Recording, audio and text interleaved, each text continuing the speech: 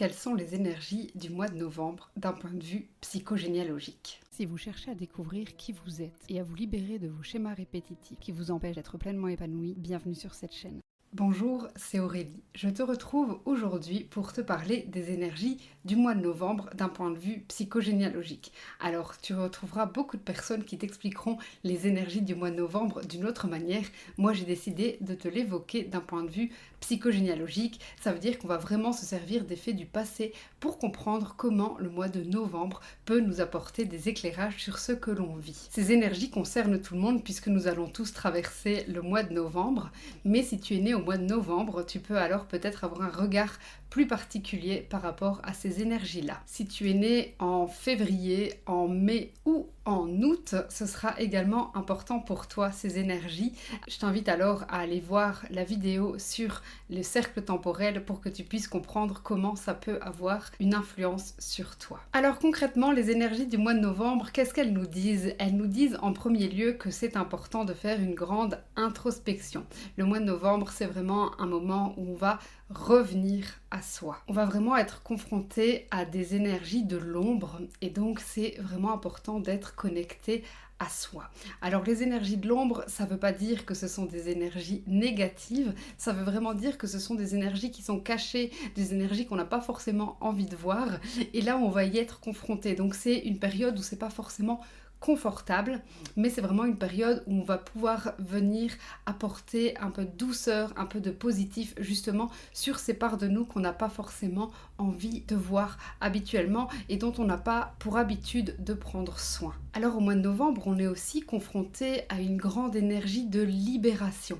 Alors je vous expliquerai juste après pourquoi ces énergies sont fort présentes au mois de novembre. On quitte Samhain qui était le 31 octobre où on a vraiment pu se reconnecter à ses ancêtres, où on a vraiment pu aller à l'intérieur de nous-mêmes. C'est vraiment le moment où le voile entre les mondes était le plus fin et donc novembre c'est vraiment une ouverture de porte vers ces énergies de libération.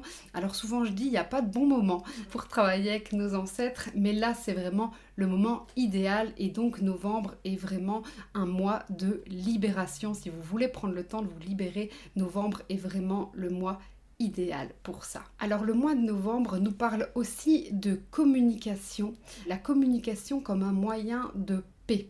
Donc ça nous parle de communication de nous avec nous pour faire la paix avec nous-mêmes, pour nous pardonner avec nous-mêmes, mais également une énergie de communication pour la paix extérieure. Alors en cette année 2023, on sait à quel point la paix est une énergie qu'on doit cultiver face aux événements, face à l'actualité.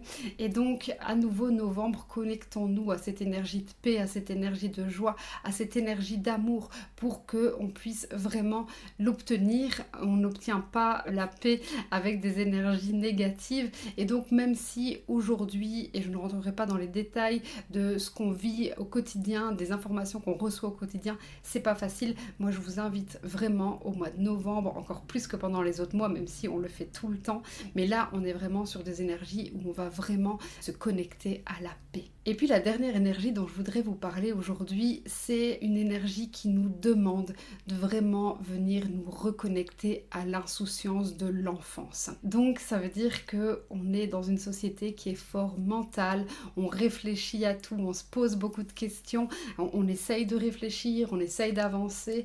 Le mois de novembre, c'est vraiment un mois qui nous invite à diminuer en termes d'énergie, à être moins dans le faire. Et même si un enfant est beaucoup dans le faire, il est dans le faire de manière très insouciante, il expérimente. Et donc le mois de novembre, c'est aussi un mois d'expérimentation de l'insouciance. On peut tenter des choses, on peut essayer des choses et si ça fonctionne c'est bien, et si ça fonctionne pas c'est bien aussi. Donc voilà, l'insouciance de l'enfant c'est vraiment aussi important en ce mois de novembre. Alors pour résumer, donc nous sommes sur des énergies d'introspection, des énergies où on va venir travailler tout ce qui est ombre, le travail de l'ombre. À ça va venir se coupler un travail de libération, des énergies de libération. L'outil de la communication comme un moyen pour accéder à la paix, que ce soit la paix intérieure et extérieure. Et enfin, une énergie d'insouciance qui est reliée à notre enfant intérieur. Ça, c'est les énergies du mois de novembre. Maintenant, je vais vous expliquer comment on en arrive à ces énergies-là d'un point de vue psychogénéalogique. Et donc, très concrètement, on va s'attarder aux dates du mois de novembre, aux faits qui se sont déroulés au mois de novembre. On est bien d'accord qu'il y a chaque jour des événements. Et là, j'ai vraiment sélectionné ceux qui, pour l'année 2023, étaient importants. Donc, ça veut dire que vous devez vraiment prendre ça comme, je vous parle du mois de novembre 2023 en fonction des énergies du passé, mais c'est pas pour autant que le mois de novembre 2024 sera identique au mois de novembre 2023 et c'est comme ça pour chaque année. Donc vraiment là, on va s'attarder aux dates qui se sont déroulées dans le passé, aux événements du passé pour comprendre notre mois de novembre 2023. La première date, eh bien, c'est le 1er novembre. Le 1er novembre, c'est la Toussaint. On a tendance à confondre. Alors la Toussaint, c'est le moment où on va venir célébrer tous les saints. Et puis nous avons le 2 novembre qui suit donc le 1er novembre.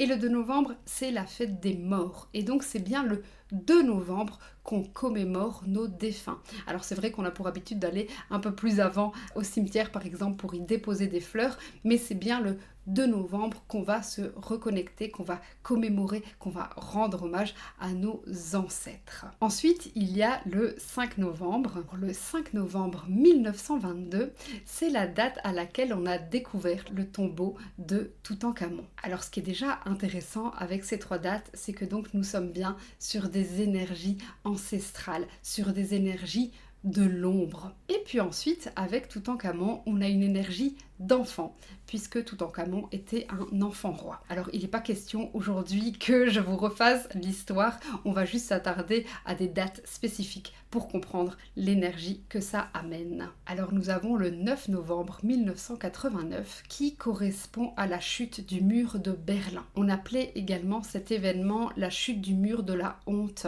Et donc on est effectivement bien sur des choses qui sont cachées, des choses qu'on n'a pas forcément envie d'aller mettre le doigt dessus. On est bien sur une introspection, mais également sur une libération, d'où les énergies de libération dont je vous parlais tout à l'heure. Alors le 11 novembre 1918, bien entendu, on est sur l'armistice et donc on est à nouveau bien sur des énergies de paix et de libération. Le 16 novembre, c'est la journée mondiale de la tolérance. Je pense que c'est important de se rappeler aussi cette énergie de tolérance qui est hyper importante pour aller vers des énergies de paix. Alors ça c'est pour l'information un peu comique mais qui est intéressante, c'est que le 18 novembre c'est la naissance de Mickey et donc on est bien sûr des énergies d'insouciance et puis les énergies donc de notre enfant intérieur. C'est important de se connecter à ça et à la joie que ça nous amène. Alors du coup le 20 novembre eh bien c'est la journée mondiale de l'enfance. Je ne vous donne donc plus l'explication par rapport aux énergies puisque c'est vraiment un déroulé, un enchaînement. Vous pouvez maintenant comprendre comment on en arrive aux énergies précédemment citées. Et je finirai par la date du 30 novembre 1974 où on a découvert Lucie. Et donc Lucie, c'est le fameux squelette qui date de 3 millions d'années. Et donc vous voyez bien qu'on est sur des énergies de l'ombre, des énergies ancestrales. On revient vraiment à la source pour pouvoir libérer quelque chose. Alors avec ces quelques dates, vous pouvez donc comprendre les énergies du mois de novembre et donc nous retenons bien sûr la libération, l'introspection, les énergies de l'ombre et surtout les énergies de paix. Je vous souhaite un très beau mois de novembre et je vous dis à très vite pour une prochaine vidéo.